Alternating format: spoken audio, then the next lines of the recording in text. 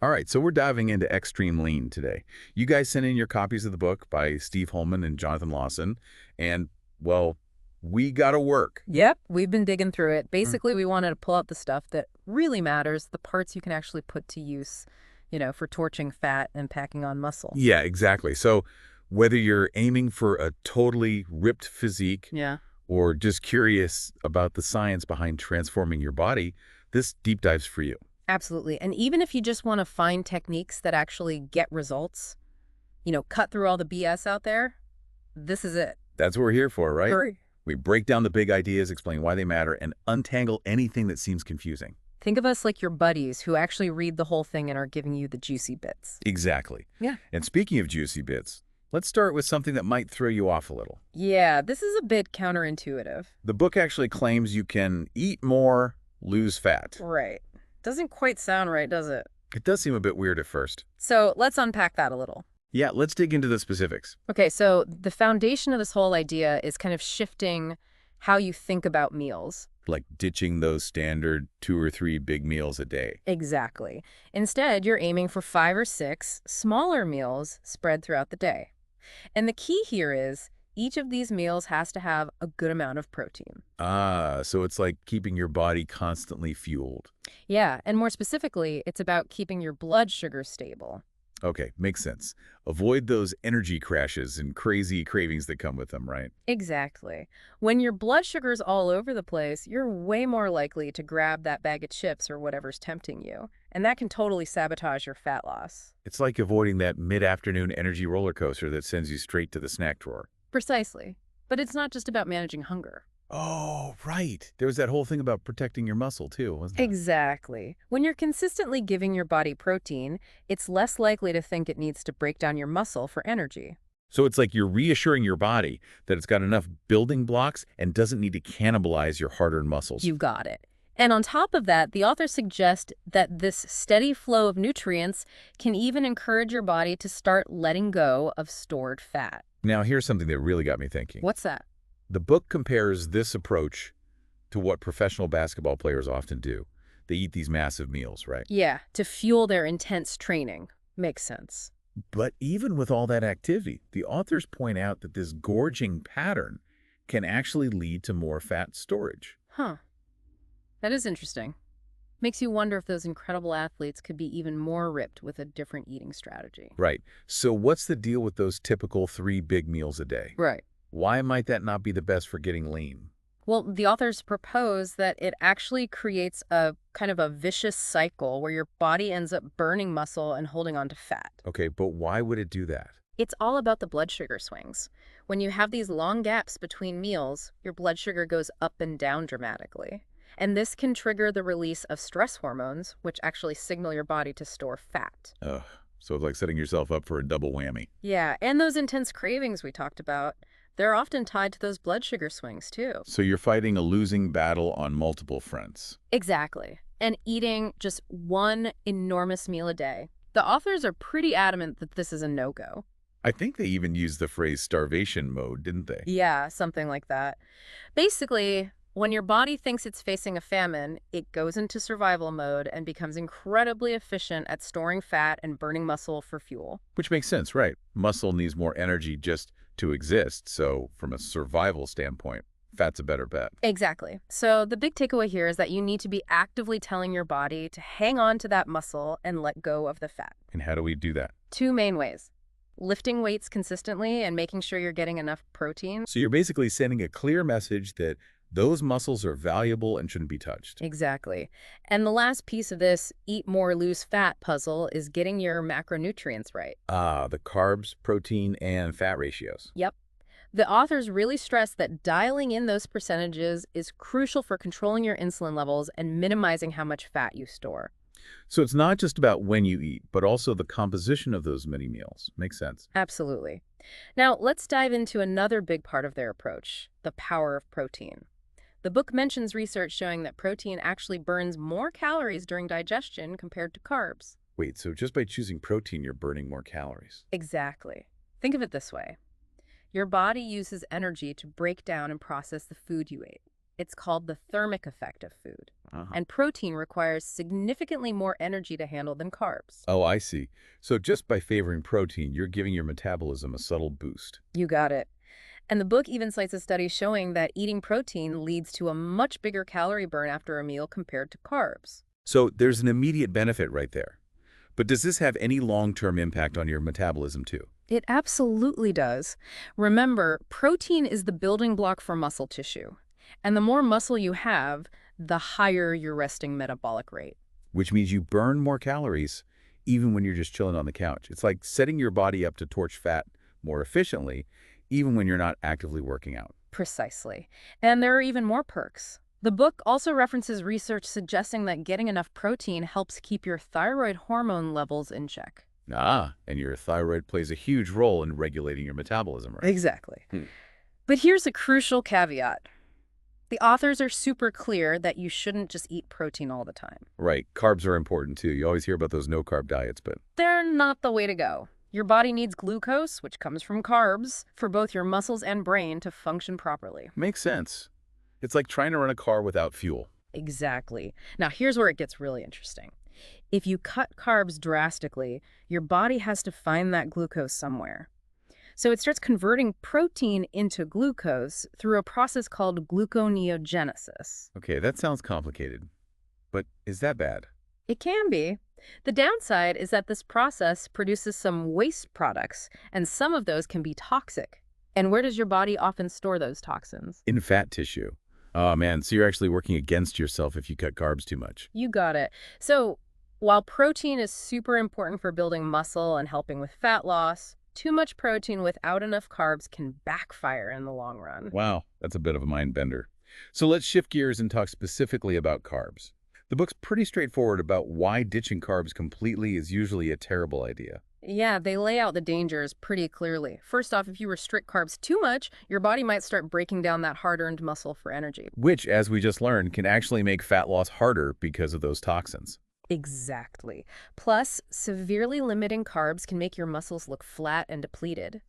That's because carbs help your muscles store glycogen, and glycogen attracts water, which helps give your muscles that full, defined look. Ah, so it's not just about how strong you are, but also how your physique actually looks. Precisely. And glycogen is crucial for fueling your workouts. If you don't have enough stored up, your performance in the gym is going to take a hit. Okay, so we need carbs. But wait, didn't we just say that carbs can kind of hinder fat burning? Well, here's the thing. Carbs provide that immediate energy your body loves, but that can temporarily slow down fat burning. So how do we get around this? Yeah, how do we square that circle? The book introduces this really clever strategy called carb stacking. The idea is to time your carb intake strategically, eating most of your carbs early in the day and especially around your workouts. So you're fueling your body when it needs it most. Exactly. The logic is that your muscles are primed to use that glucose to restock their glycogen stores at those times rather than storing it as fat. I see. So you're kind of hacking your body's natural processes. You could say that. And by combining carb stacking with those frequent smaller meals, the authors argue that you can minimize insulin spikes and drastically reduce the chances of that extra glucose turning into fat. Plus, you're still giving your body enough carbs to function well, look good, and build muscle. Exactly. The example carb stacking diet in the book really shows this in action. You'll see things like raisin bran and orange juice earlier in the day to fuel your activities. Okay, so starting the day with carbs. Got it. What else? Well, a post-workout shake with fast-digesting carbs and protein is crucial. Then as you get later in the day, the meals shift to more protein and veggies with fewer carbs. So it's all about making sure the carbs go to the right places. Hmm. Fascinating. But what about sugar? Where does that fit in? Processed sugar is a big no-no, according to the authors. They're pretty strict about saving those types of carbs for your cheat day. Cheat day. Always a favorite topic. Right. They argue that by being disciplined with your carb sources most of the time and letting yourself indulge once a week, you actually improve your body's ability to burn fat more effectively in the long run. Interesting. So it's not just about deprivation. It's a strategic approach. Exactly. And they also advise easing into your target calorie intake. They recommend starting around 2,000 calories for men and 1,700 for women. So it's a process, not a crash diet. Exactly. No drastic cuts overnight, which usually backfire anyway. Right. And it's crucial to remember that even with all this smart carb timing and frequent meals, you still need to be in a calorie deficit to lose fat. Yeah, You've got to be burning more than you're taking in. absolutely. Now, let's talk about a macronutrient that often gets demonized: fat. Uh-oh, here comes a controversy. Well, not really. The book actually emphasizes that fat's not the enemy. It plays some really important roles in your body. Okay, I'm all ears. Convince me. Think about things like hormone production. Fat's essential for that. And your body needs fat for all sorts of other vital functions. All right, so some fat's okay, but how much are we talking about here? The book actually suggests that people who do physically demanding work might even need more dietary fat. Wait, really? More fat for more work? Yep. And here's another interesting point. Eating enough healthy fats can actually help you burn fat. Whoa, hold on. Explain that one. It's about signaling to your body that there's no shortage. When your body feels secure, it doesn't feel the need to cling to its fat stores as much. Interesting. So it's about creating a sense of abundance rather than scarcity. You could say that. And for those who are hitting the weights hard. Trying to scarp that lean physique. Exactly. The book recommends aiming for about 30 to 40% of your daily calories from carbs, another 30 to 40% from protein, and around 25 to 30% from healthy fats. Right, so that's roughly a third for each. But what about the type of fat? They stress focusing on essential fatty acids, the kind you find in things like fish and nuts. Makes sense. So how does this all tie back to carb stacking? Well, carb stacking fits perfectly within these percentages. By prioritizing carbs earlier in the day and reducing them later, you're encouraging your body to tap into those fat stores for fuel later on. Got it. It's all connected. Yep. And the book actually breaks down how to calculate these percentages based on a sample meal, so it's super practical. Nice. Always helpful to have a clear example. For sure. Now, just to recap the key takeaways from this part. First, steer clear of those extreme no-carb or very low-carb diets. We know those can mess with your energy, how your muscles look, and your overall health. Exactly. Second, give carb stacking a try. It could give your fat burning a boost. Right. Third, think of carbs as fuel and time them based on your activity. And don't forget that post-workout window. The authors really emphasize getting both carbs and protein in right after your workouts to help your muscles recover and grow. Much are we talking? They recommend around 60 grams of fast-digesting carbs and about 40 grams of fast-absorbing protein. So something like a whey protein shake with some fruit? Perfect example. And for most of your other meals, it's smart to combine those carbs with both protein and fat. This slows down the absorption of glucose and helps avoid those rapid insulin spikes that can lead to fat storage. Right, so a balanced meal keeps things stable. Yep. Now, the post-workout meal is an exception to that rule. And whenever possible, stick to whole, natural carbohydrate sources like fruits and vegetables. Dish that processed stuff. Exactly. Oh, and aim for about 20 to 40 grams of protein in each of your 5 to 6 meals. Keep that muscle-building engine running. All right, so we've got the basics down. What's next? The book dives into exciting transformations next, which is all about the author's personal experiences. They call it starting their X-treme Lean machine. And this often kicks off around late March, right? Yep. They talk about getting back on track after winter and the motivation that comes from those before photos. Those dreaded before photos. But I guess they're important. They are. The authors really stress that those photos, even if you hate them, are a crucial starting point. All right, so embrace the cringe. Any tips on taking good ones? They recommend taking shots in both relaxed and flexed poses. And keep the lighting and camera set up the same each time so you can accurately track your progress. Makes sense. You need a reliable way to see how you're changing. Exactly. And one observation that really stood out to me was this feeling of shrinking that guys might experience early on. Shrinking, like they're actually getting smaller. Well, it's often because of the loss of visceral fat, which is the fat stored around your organs. It might not be visually obvious at first, which can be frustrating if you're focused on building muscle. So you're losing fat, but not necessarily seeing it in the mirror yet. Right. But the authors urge you to stick with it because eventually that subcutaneous fat, the stuff right under your skin, will start to go too. And that's when you really start to see the leanness. Exactly. To keep things moving in the right direction, they suggest making small adjustments to your calories or activity levels every few weeks. No drastic changes. So no shocking your system. Right. Exactly. Jonathan prefers to gradually increase his cardio, starting with the exercise bike a few times a week, and then bumping up the frequency and duration as he gets closer to his goal. Okay, so a slow and steady approach to cardio. What about Steve? Steve, who says he has a faster metabolism, tends to focus more on making small, incremental cuts to his calorie intake. Makes sense, tailoring the approach to your individual needs. Absolutely. The book actually gives specific examples of Steve's adjustments, like cutting back on orange juice and wine and switching from a higher calorie meal replacement to a leaner protein powder between meals. So small, sustainable changes that add up over time. I like that. And what's interesting is that even with these calorie adjustments, they both emphasize that they don't let their carb intake dip below 140 grams per day as they lean out. So carbs aren't the enemy. Nope. On training days, they often hover around 150 grams. On non-training days, they might swap a lower carb meal for their post-workout drink. Keeps those carbs above 100 grams while still encouraging fat loss. Smart. And here's a really interesting observation they make about that final month of prep. They noticed they were actually gaining muscle while still losing fat. Wow. The holy grail of body transformation. What do they attribute that to?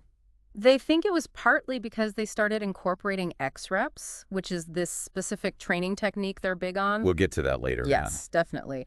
They believe X-reps help activate more muscle fibers and boost the release of those muscle-building hormones. Makes sense. So they're not just losing fat, they're building muscle at the same time. Exactly. And the book provides a sample of their X-treme Lean diet for weeks 3 to 5, along with Steve's calorie reduction schedule. So you can really see how they implement these principles in real life. Love it. Concrete examples are always helpful. Now let's move on to something that sounds a little paradoxical. Cheat your way to leanness. I know, right? It sounds a bit like having your cake and eating it too. But they make a compelling case for why a planned cheat day each week can be beneficial, both mentally and physiologically. Let's start with the mental side. Knowing you have a day to indulge can make sticking to a strict diet throughout the week a lot easier. Yeah, it helps avoid that feeling of deprivation, which can often lead to bigger binges down the road. Exactly. But they also delve into the role of leptin, a hormone that's key in regulating fat loss. Okay, tell me more about leptin. Think of leptin as your body's way of saying, okay, we've lost enough fat for now. Steve shares his own experience where he accidentally lowered his carb intake too much, which caused his leptin levels to plummet. Uh-oh. Did that stall his progress? It did. His body started clinging to that last bit of fat. Jonathan, on the other hand, had success by intentionally upping his carb intake on weekends and even once during the week. Interesting. So he's strategically using carbs to manipulate his hormone levels. Precisely. This helped prevent his leptin levels from crashing, which allowed him to get incredibly lean. So planned indulgence can actually be part of the plan. What a concept. Right. The big lessons here are to have one cheat day per week. And if your daily carb intake is consistently below about 30% on your non-cheat days, think about adding a midweek carb boost, like on Wednesday. Smart. It's like outsmarting your body's natural tendencies. Now, let's get practical. How do we put all of this together into an actual plan? That's where X-treme Lean diets comes in. The authors acknowledge that everyone's body responds a bit differently. We're all unique snowflakes, right? Exactly. But they outline some core principles to get you started. Prioritize carb stacking. Aim for at least 20 grams of protein per meal. Okay, we know those. What else? Have that fast-digesting carb and protein drink after your workouts. Shoot for those macronutrient percentages of roughly 30-40% carbs, 30-40% protein, and around 25% fat. Got it. Carbs, protein, fat in roughly equal amounts. Yep. And remember to make any calorie adjustments slowly. No crash diets. Exactly. The book even has a sample X-treme Lean diet with tons of meal options. Choices. I like choices. Makes it easier to stick with it. Totally. And they address how to transition if you're eating a lot of calories right now. Start by breaking your food into those 6 smaller meals, then gradually reduce the total calories. Makes the shift less overwhelming. Yep. And if you need an even more gradual start, they have a higher calorie beginning diet. Nice. Something for everyone. Yeah. What about exercise? Where does that fit in? They recommend slowly increasing low-intensity cardio as you adjust your diet. Think walking or light jogging. Okay, good to know. Now, the book also features a personal story from Becky Holman, Steve's wife, right? Yes. It's called Feminine Exploits. She shares her own transformation journey and talks about what motivated her after seeing those initial before photos. And having a supportive partner really helped her, right? Absolutely. Becky's routine involved full-body workouts twice a week, higher reps on Fridays, and a mix of exercises that targeted all the major muscle groups directly and indirectly. Sounds pretty intense. Did she do any cardio? Yep. started with walking and eventually added running. So a balanced approach. What about her diet? Any key takeaways there? Oh, for sure. No eating after 8 p.m., protein at every meal, most of her carbs in the morning. Okay, those are all familiar. Anything new? She emphasizes not being too restrictive with her diet and allowing herself occasional treats. She also really stressed the importance of listening to her body. Makes sense. Tuning into those internal cues. Exactly. The book includes her full diet plan and outlines all the lessons she learned along the way. Awesome. A real-world example. So what's next? Now let's talk about supplements. The authors provide a really helpful supplement and nutrient summary. Right. Spill the beans. What are their top picks? They start with L-carnitine, which helps transport fats within your cells. They point to research suggesting it can aid muscle recovery and even boost strength. Interesting. I've heard of L-carnitine before, but I wasn't sure what to make of it. They also talk about caffeine, not just as a pick-me-up, but also for its potential to enhance muscle contractions and increase fat burning during those less intense workouts. So a little caffeine can help you work harder and burn more fat. Exactly, but they're also careful to mention potential downsides, like messing with your sleep or even causing cardiovascular problems if you overdo it. Right. Everything in moderation. What about specific supplements? They mention sans type, which contains caffeine, and also your himbine. Himbine. It's another ingredient that's thought to help with fat burning. Got it. Anything else? They also talk about phosphatidylserine, or PS for short. P.S. What does that do? It's a natural compound that might help lower cortisol levels, which is beneficial because cortisol is a stress hormone that can hinder muscle growth and even mess with your thinking. So P.S. could help with building muscle and mental clarity. Interesting. What else is on their list? Creatine monohydrate, a classic. Yeah, creatine's pretty popular. For good reason. They highlight its well-established benefits in boosting energy within muscle cells, aiding muscle growth, and potentially even contributing to fat loss. Especially for those who don't eat much red meat, right? Exactly. They talk about typical usage and mention MuscleLink's Cresol and their X-Stack. Okay, noted. Anything else that stood out to you? They highlight the potential benefits of tea, both green and oolong. They point to research suggesting that these teas can increase the oxidation of body fat. So sipping on tea can help you burn fat. I'll take it. Right. They even mentioned that a longer-term study showed that tea drinkers tended to have less body fat. And of course, water is crucial. That's a given. We all need water. But they really emphasize its importance in the context of fat loss. Water helps flush out those toxins that are released when you're burning fat. Makes sense. You're basically cleaning house. Yep.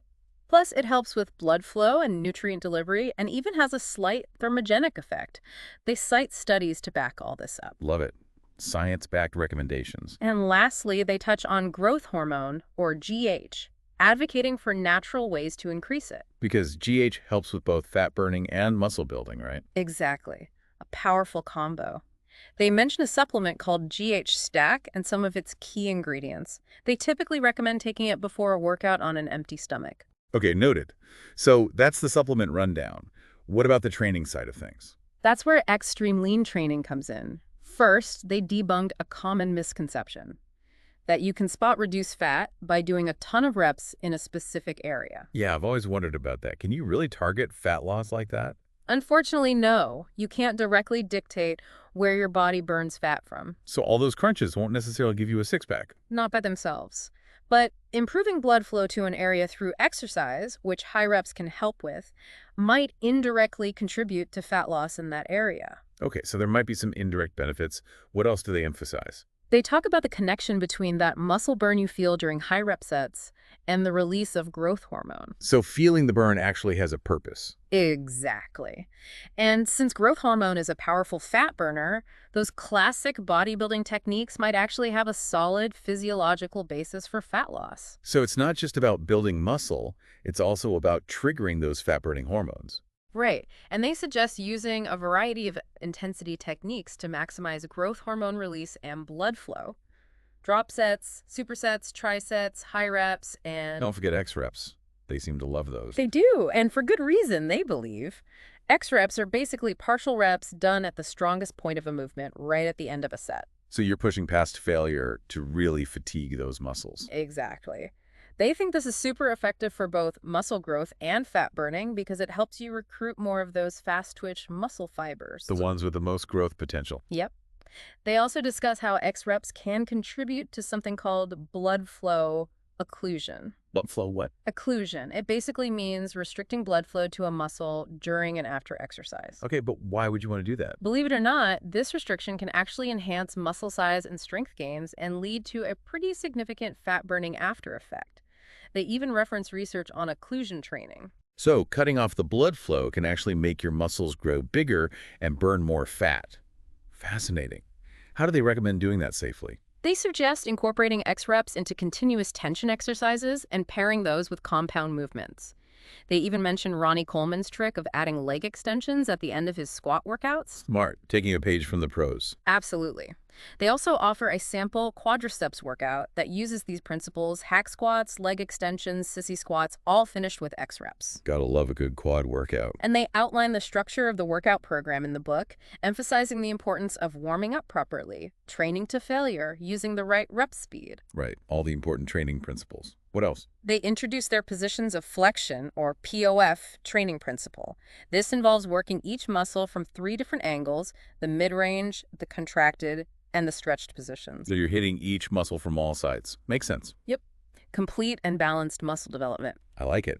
Now, the book has a Q&A section, Yeah. like X-treme Lean Q&A. It does. They tackle a bunch of common questions. Like what? They talk about how to lose fat and build muscle at the same time, body recomposition, and how to adjust your diet on non-training days. Okay, so practical stuff. Right.